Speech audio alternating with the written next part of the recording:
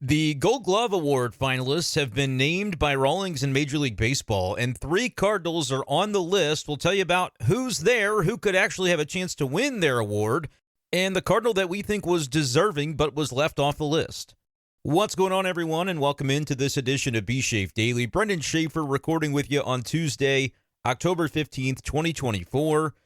Cardinals get a few names listed among the Gold Glove Award finalists, 3 finalists at each position, and the Cardinals have 3, but is it the 3 that we thought it would be necessarily when you consider the eligibility of Michael Siani in the equation, which was something that was questioned? I can remember some earlier reporting from toward the end of August, early September that suggested that Siani would not be eligible for a Gold Glove this year because he had not accumulated enough innings defensively in center field prior to the deadline of game 138 or whatever it is for consideration.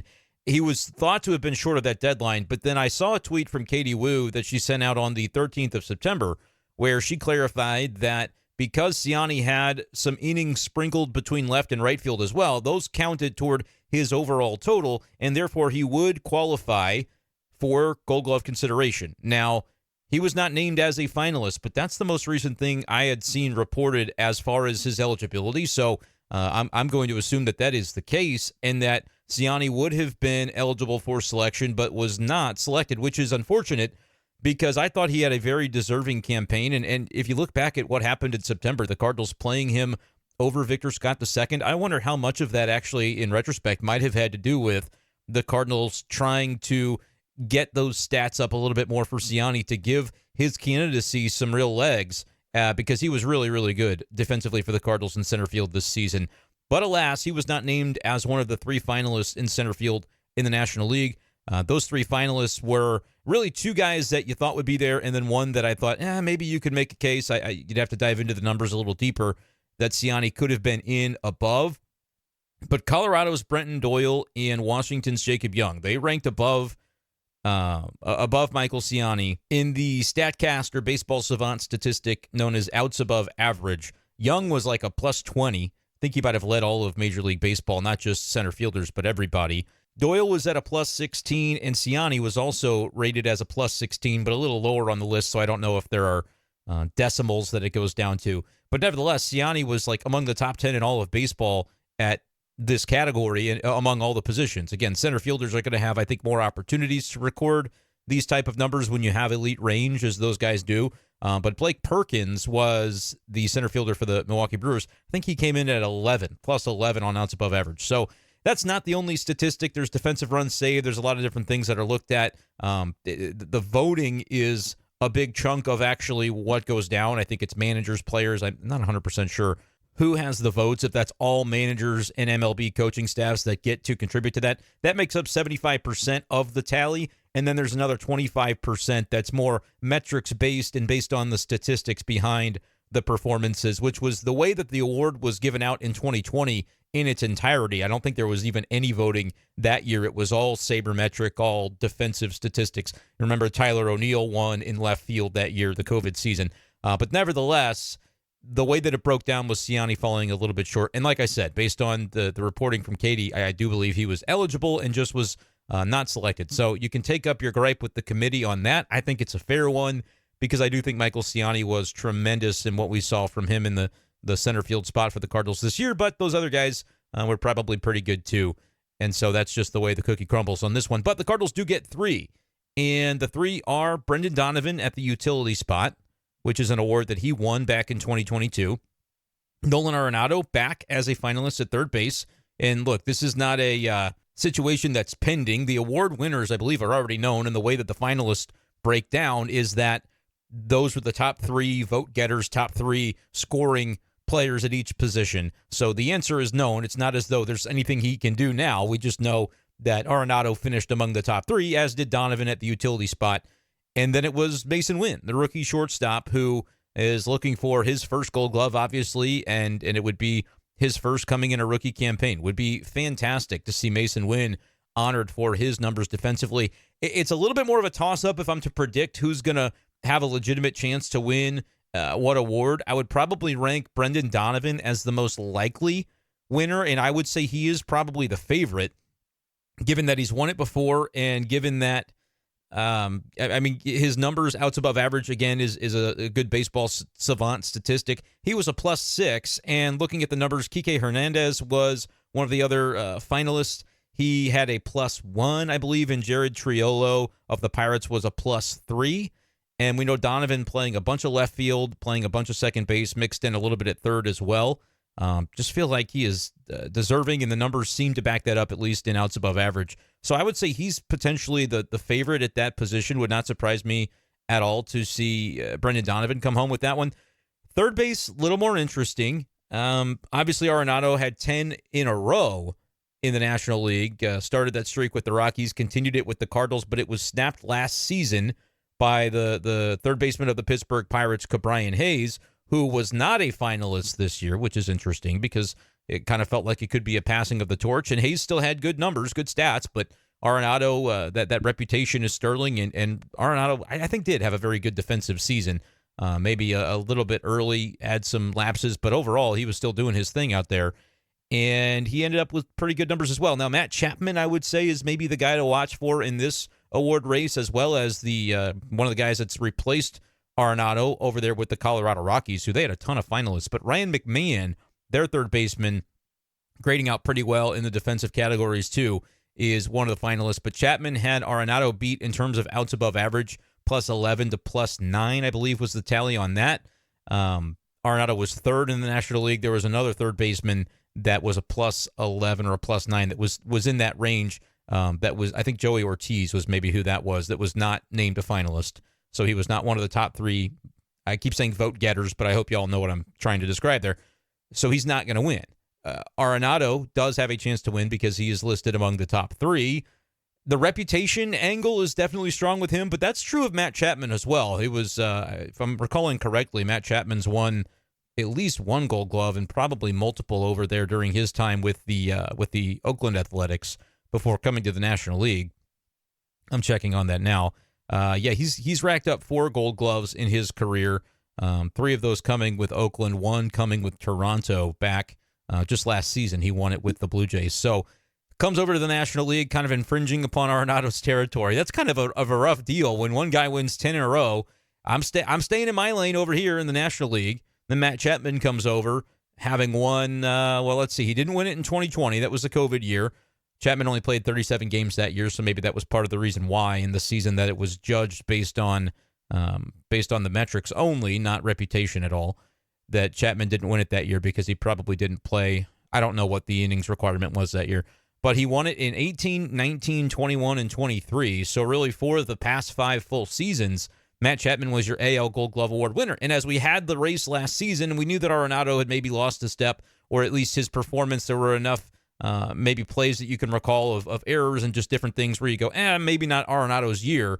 And the streak was indeed broken by Ke'Bryan Hayes, who does a nice job with the Pirates. But then you think, well, is that just going to be a passing of the torch, or is it a case where Arenado can grab it back? He's not past his prime by any means, and he has a good season this year defensively. But you kind of forget, Matt Chapman's in this league now. That makes it a little bit difficult because both of those guys have been basically claiming the majority of this hardware over the past handful of seasons, and now they're in the same league. So that's going to be a little bit of a challenge. I don't really know what to make of McMahon's candidacy, other than to say, dang, the Rockies had a lot of guys because Doyle was another one, and they've also got a finalist at shortstop that's vying for the same award that Masyn Winn is hoping to be able to win. So good on them. I guess if the Rockies have a way back, it's to play really sterling defense because they seem to have a number of guys that are up for consideration in that regard. Kind of want to check on. I did, it's not like I was going through and looking at. Ignore that noise there. Looking at how many Rockies. Yeah, it was just the 3. They just happened to be at all the positions that the Cardinals also had candidates as finalists. So Dansby Swanson, Ezekiel Tovar, and Masyn Winn. Those are the shortstops. I don't know if Winn is more likely to win it than Arenado. I would say that maybe he is, but if I had to guess right now, and if you're putting me on the spot, I would say that Winn and Arenado are less than likely to win it, but that I would put Brenden Donovan as the favorite to win his. Just a quick glance at the numbers. Masyn Winn leading the category. And look, maybe I'm wrong. Masyn Winn could be a nice candidate as a rookie. I think sometimes you can defer to veterans if you're talking about the voting block that would make up for that. But also there's this notion of, hey, we've never seen this guy before. This Masyn Winn guy, and again, 75% of the tally comes from coaches and managers voting.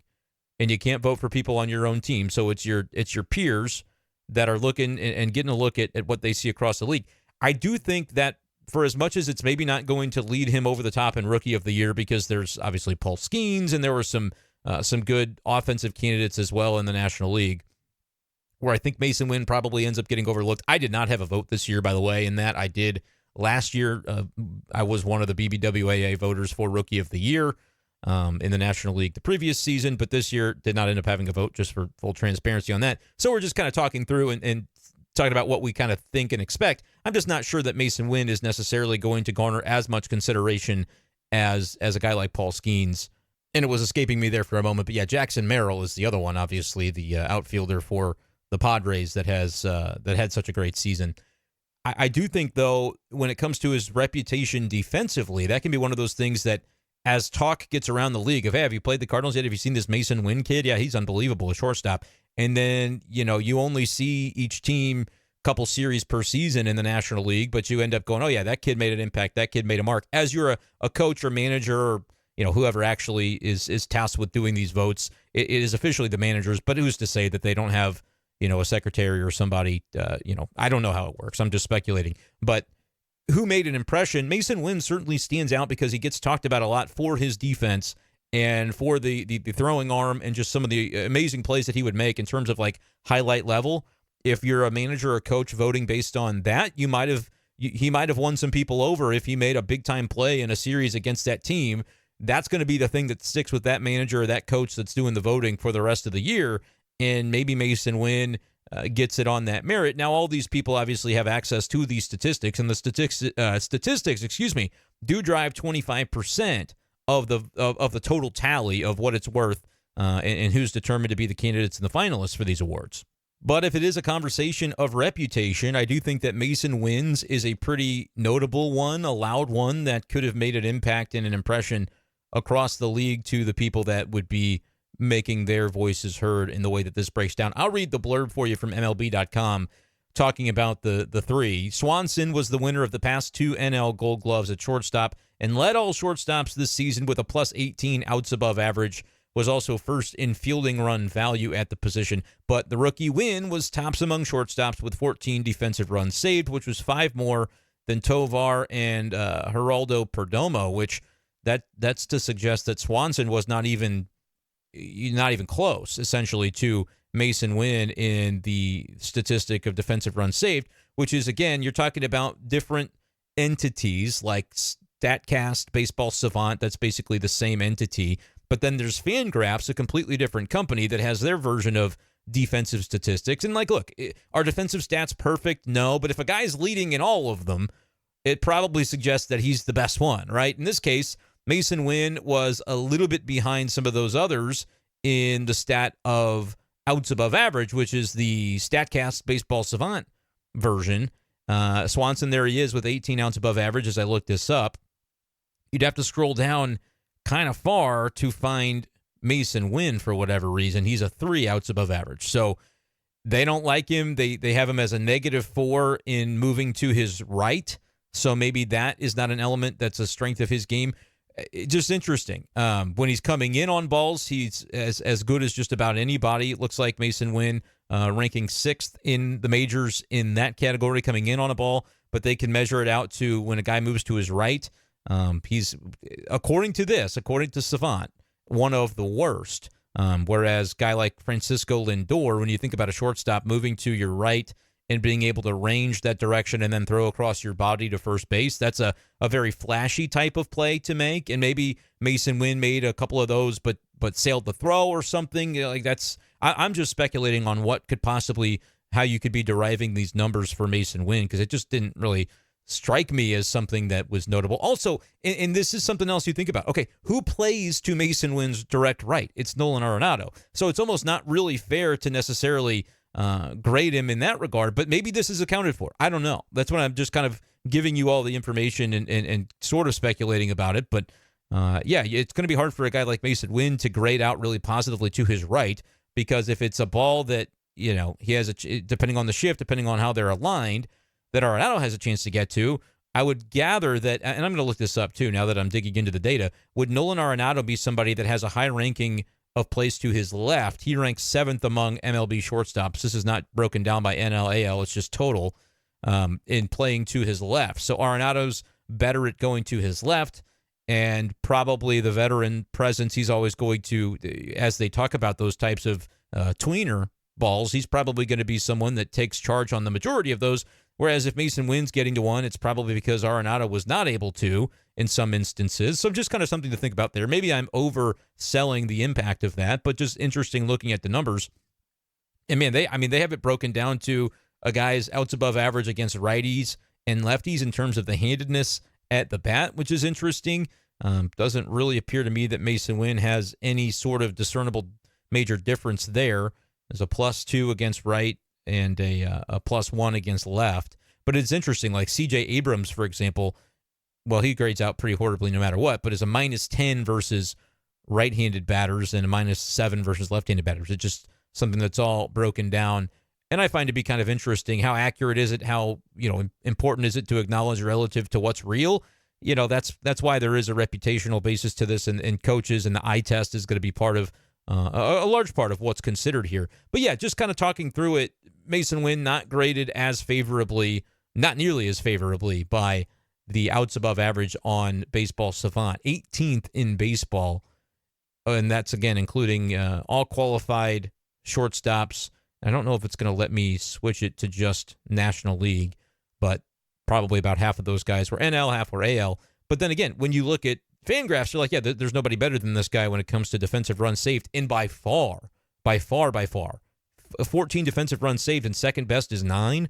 And Swanson was down there with 7. So I think eye test is going to come into it, and I just don't know the degree to which that final 25%. I was thinking, well, if it's something based on MLB, maybe the Savant, which is kind of in corporation with MLB.com and everything like that, StatCast, is maybe going to be the determining factor. But it's actually the Sabre Defensive Index, which is termed as SDI.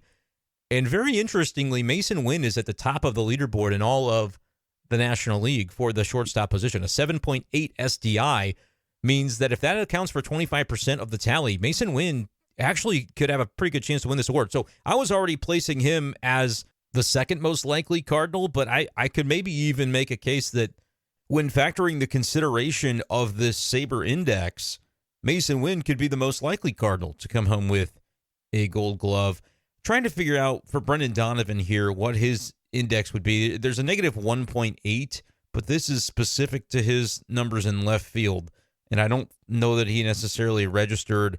I'm not finding with a Control-F search his name a second time, and there's no utility version of this Sabre Index number, the SDI, as it were, the defensive index done by Sabre. Yeah, and see, this is all going to be kind of moot because this is an update from July 14th. So I spent some time talking about this.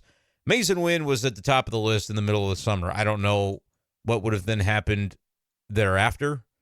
Maybe they gave us that mid-season update in order to kind of whet the appetite, so to speak, for giving you an idea for who was doing well. The defensive index accounts for approximately 25% of the Cardinals Gold Glove award selection process, which are added to the votes from the managers and coaches. So that's what it says described here on the Sabre website. But I guess they're probably, and it makes sense. Obviously, I mean, these are awards that people, I don't know if you can bet, if you can gamble on Gold Gloves, but I know like the Rookie of the Year and things like that, they're betting markets for a lot of those types of things, as I understand it. So maybe that's the reason. But in general, you want to keep the suspense up, so they don't give you the updated version of this index, which is used to account for 25% of the tally. Masyn Winn was rating very favorably in it, though, when it did exist, or when it was shown publicly, July 14th, 2024. He was the, of all NL fielders, was ranked 4th overall behind Bryce Terang, Patrick Bailey, and Jackson Chourio at the time. Now, those guys, I don't know how many of them maybe ended up getting consideration. Yeah, Chourio was not named as a Gold Glove finalist. Just kind of filtering through here to see, what we can find on some of these guys. Patrick Bailey was named a finalist at catcher, so that was somewhat prescriptive. And how about Bryce Terang? He was indeed named a finalist at second base. So, all right, makes sense. 25%. I mean, the thing that Masyn Winn was leading all shortstops in at the halfway mark of the season, it counts for 25% of the total tally. Take that for whatever it's worth. I also think that he's got a reputation that's going to help him because people said, wow, look at this rookie and what he can do. Did managers and coaches maybe vote for that? Perhaps so. Like I said, couldn't find anything on what this midseason update was for Brendan Donovan as it pertains to that SDI number. In the case of Arenado, he was a 1.7 behind McMahon and a little bit ahead of Chapman. Chapman was a 0.5. Santiago Espinal, Joey Ortiz, and Cabrian Hayes were also far ahead of Arenado. It's very interesting that Cabrian Hayes did not end up with a finalist nod here, because he was, at least at the halfway. He won the award last year, obviously, and at the halfway point this season was rating very favorably, but didn't end up. Maybe it's games played. He only played 96 games. That might be the reason. He might not have qualified. As I dig into it a little bit more, I think that might have been the reason, because he only played in 96 games. His stats offensively were not strong. And so ultimately he did not end up getting a nod. I was trying to look to see if there was anybody definitively mentioning that he didn't play enough innings. But yeah, so and he had some injury as well down the stretch, so that explains it. So yeah, Arenado perhaps with an opportunity there. If I had to guess, though, I would not be surprised to see Chapman win it, just because he more recently was playing at a Gold Glove level. 2023, he won the AL award. Arenado, I don't even think Arenado was a finalist last year. Just kind of had a down year defensively. But let me know, Cardinals fans, how do you feel about the Gold Glove? They're not nominations. Trying to avoid using that phrase because that would be incorrect. But it's the Gold Glove finalists at the respective positions. Cardinals end up with 3 nods, 3 players that finish in the top 3 at their respective position. It's Donovan, it's Arenado, and it's Masyn Winn. If I were ranking them, as I've talked through this, I'll still start with Donovan. I just think, having won the utility award before, the defensive stats that we do have access to seem to favor him in that regard. So I'll go Donovan number 1 most likely, and I'll say he does win it. Masyn Winn's the interesting one. I'm going to say he wins it. Call it a gut feeling.